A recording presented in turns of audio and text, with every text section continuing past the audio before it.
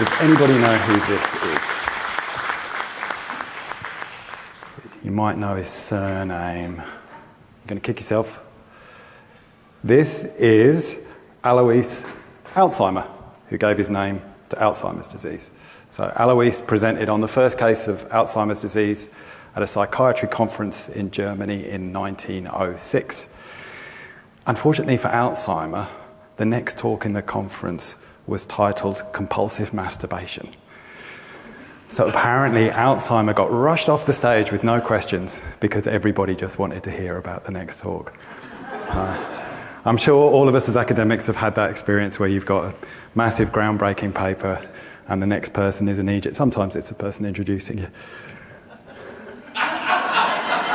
Does anybody...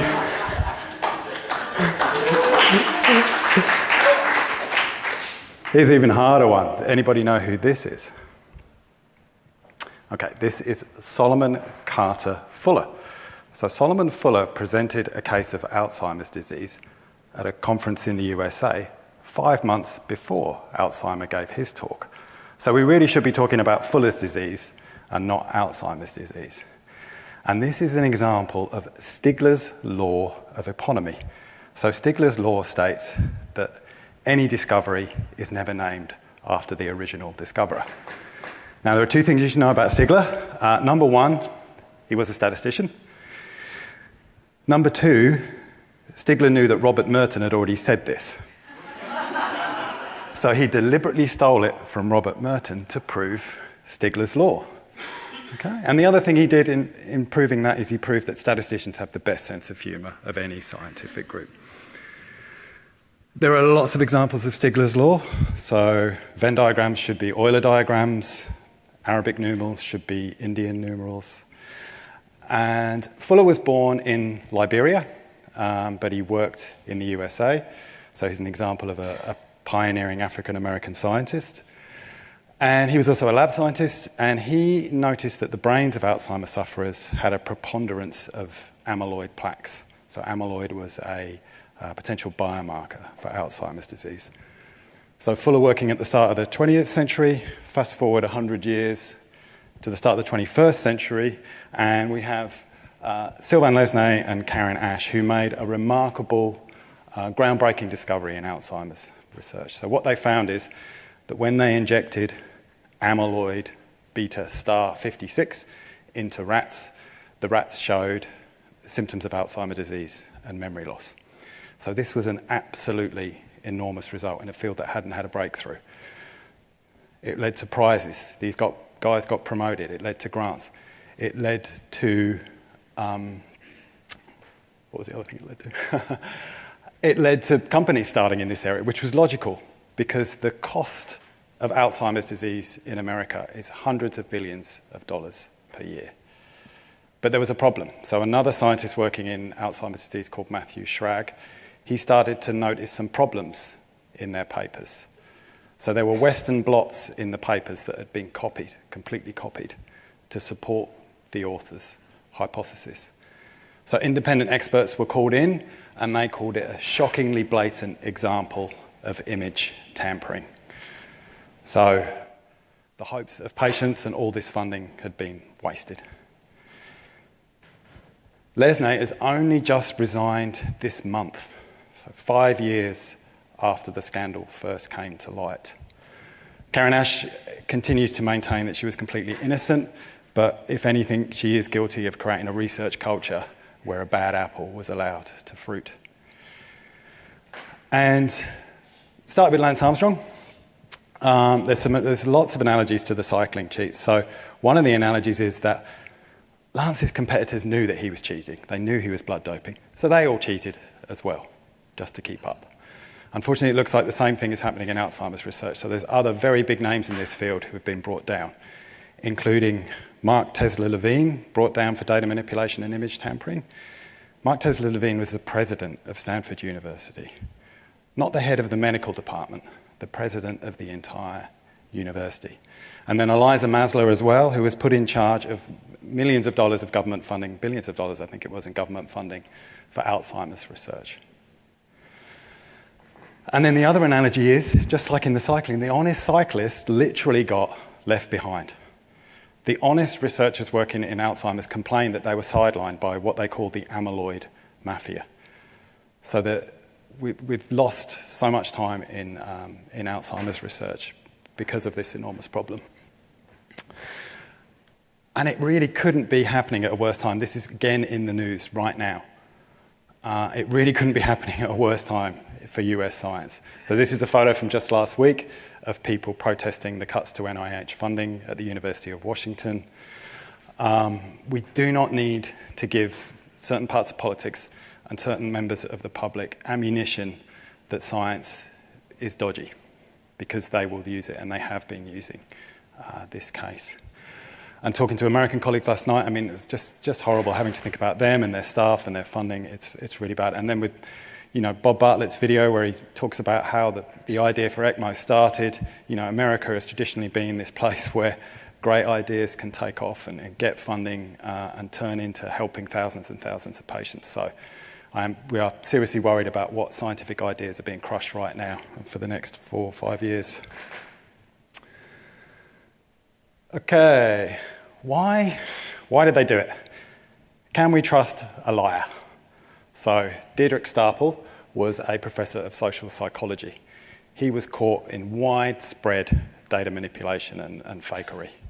After he was caught, he wrote a confessional memoir. It's called, any Dutch speakers? It's called, what did he call it? Oh, maybe that isn't what the word, okay, maybe that doesn't say what it is, maybe that just says book or something, sorry. I didn't check that. He called it derailment, which makes me kind of laugh, like, oh yeah, I was happily going along and some object derailed me and it wasn't really my fault. It's like, yeah, whatever. So he said it started when he changed an unexpected 2 in his data to a 4. So that's how it all started, and he got away with it. And then, a little bit of fraud turns into industrial grade fraud, but I think that's a pretty poor excuse. He also said a really weird thing. He said it was a quest for beauty instead of the truth. So he knew what the beautiful results should look like, so he just cut out the hard yards of doing the experiment and just wrote the numbers down. So don't ever buy his book, by the way. You can get it online for free if you really want to read the book of a liar about his lies. Okay, this is me when a clinician asks me or tells me that they're going to create a new prediction model. Can we stop this? Did you know if cybercrime was a country, it would have one of the largest economies in the world? So the research fraud is now being done by companies. And so this kind of fraud is probably going to be very hard to stop. And we even think some of the big companies might actually be sharing staff and ideas with some of the other fraudsters. So they could even be in the same building. You have love fraud on level 1, financial fraud on level 2, research fraud on the mezzanine. But just because it's big and it's growing, it doesn't mean that we shouldn't be looking at ways to stop it, and we could direct more money away from the fraudsters and towards more honest researchers. What could we do? We could be like this guy. Look, he could see something wasn't right. We can fund whistleblowers and data detectives. So imagine if there'd been a whistleblower in the Lesnay lab back in like 2007, and whistleblowers are the ideal people to see that something's wrong because they're there next to the scientists. It's very hard to spot this kind of fraud from afar. We would have saved hundreds of millions of dollars, both private and public funding would have been better directed.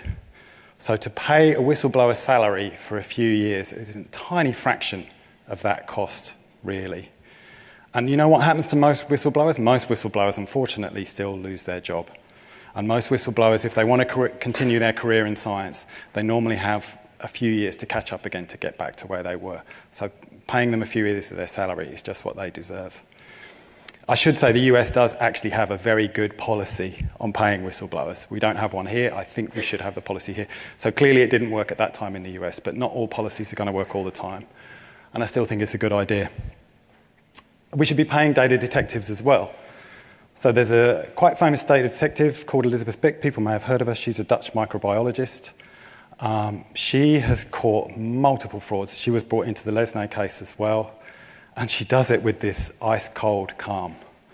And she's been threatened with legal action. She's been called names, called all sorts of things. So what frustrates me about this is that Elizabeth is currently funded by crowdfunding. So basically a sort of charitable donation. Last year, Elsevier made $3 billion in profit. That's billion with a B, and that's profit, not turnover. And that's up 10%. How can there be $3 billion from one big publisher in the system and not enough money for people like Elizabeth? I think the only conclusion is that these big publishers at the moment simply care more about their finance than science and their reputation. I should say some big publishers have started to greatly increase their data integrity areas, but it's still a tiny fraction. If you look at agriculture and the percent of income that agriculture spends on quality control, in the research world, we spend almost nothing on quality control. Peer review is our entire quality control most of the time, and that's done for free. And it's clearly not working to spot this kind of fraud. Okay, statisticians are getting involved. Here are some bar charts. So, a lot of the previous work has been copied Western blots, but we think the frauds are also copying statistical results too. So here are two papers from the same issue of the same journal, coming from the same hospital, but with two different groups of authors. And what you can see here is that they've just copied the bar charts. Okay, so we've got three bar charts. The one in blue, the first bar, is slightly changed. But they've just taken the same data, even the means and standard errors, and relabeled it. By the way, never ever use plunger plots for continuous data, okay? Use a box plot. There you go, little aside. How did this... could this happen by chance? I don't know the exact probability, but it's about the same probability as me scoring a hat-trick for Northampton Town this weekend. Okay? And they badly need it. What do we think happened here? So possibly these groups that want to boost their publication track record, you can either hire a company, or maybe they just even hire a sort of postdoc or PhD student, somebody who's got the semblance of how to do research. So they chuck together all these papers. And in this case, they've got a bit lazy, and they've just reused the same data and probably forgot God knows how many papers they were creating. We did flag this with the journal back in May, and we got the usual anodyne, thank you for bringing this to our attention, no results, since most of the journals are employing a go slow policy in this area. They just hope that these problems go away, and I don't think that's acceptable. One of the senior authors on this paper, on one of the papers, has over 300 papers. Most of those other papers, I haven't looked at all of them, but a lot of them that I've looked at show signs of being created by a paper mill. They are the chief physician at their hospital. They run the hospital. They're also, hilariously, the director of quality control. So this person is still out there now, practicing medicine, publishing research that is absolute cobblers. Both of those papers were on long, let me get this right, long non-coding RNA, okay? Don't ask me what that is, but don't ask the authors either. Because we think it's a completely made-up area. So what the mills are actually doing is creating whole new subfields of research. And that makes sense. You create a whole subfield of research, you can pump out hundreds of papers in that area, and there's no real scrutiny from real researchers. So it's a win-win for them. And then, of course, they all cite each other. So they all become highly cited. One of those papers had 300 citations. This is a nice image from Nature showing all the red flags that we're finding in a huge number of papers. This thing is increasing badly, and ChatGPT is just going to make things worse because it's just making it easier for the fraudsters, and it's going to make it harder for us to spot this work. So just showing, how few people there are to try and stop this. And this is in Nature. And Nature have been involved in some of the biggest scientific scandals that we've had, but to their credit, they have also written quite a few articles on this to sort of talk about the issue. Okay, here's an advert for a paper. Does anybody, and this is currently from February the 18th, so you might still get in there if you're quick. Does anybody need a first author paper on the role of cycle-independent kinases in cancer?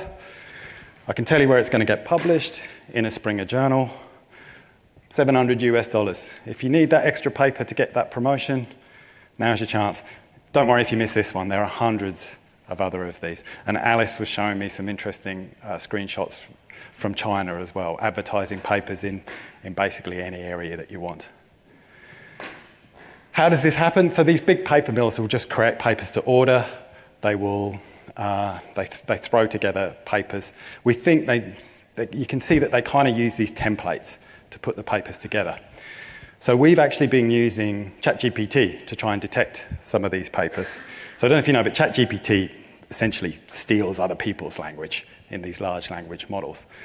But funnily enough, it's been very good at spotting these templates. So we're kind of using a thief to catch a thief, and we think it's working pretty well. And ChatGPT, I'm working with my French colleague Baptiste in this, which is pretty funny because in French, ChatGPT or ChatGPT means cat I farted. So there is a horrible stink in this area. All right, nearly done. What else do we need to do? I think the whole research culture, the whole research world needs a bloody big reminder of why we're doing this. So this is Alex. She spoke at the 20th anniversary CCRG event last year. One of the most amazing and powerful talks I've ever been. To have somebody stand up and talk about how they are alive today because of science and scientific innovation. And thank you, David, as well, McGiffin, for doing the work and being the surgeon. It was just amazing to have you and her there. It was such an inspiring speech. Here's my contribution. My mum and dad in Belfast got a new boiler because of some statistical work I did showing that Belfast was actually a massive outlier in winter deaths. So there were far more winter deaths in winter in Belfast compared to very cold countries such as Sweden and Finland. It's not people freezing to death, it's because the houses basically aren't warm enough and people have cardiac problems and cardiac events. And the other thing to notice here is, look how the picture of a boiler blends easily into the ICU. You can't see where the joint is. I do think that's funny. Look, this is what matters. There are so many stupid numbers I see all the time. Impact factors, citation numbers. And the worst one of all is these stupid league tables. These university league tables. The world at the moment is facing massive, multiple existential crises.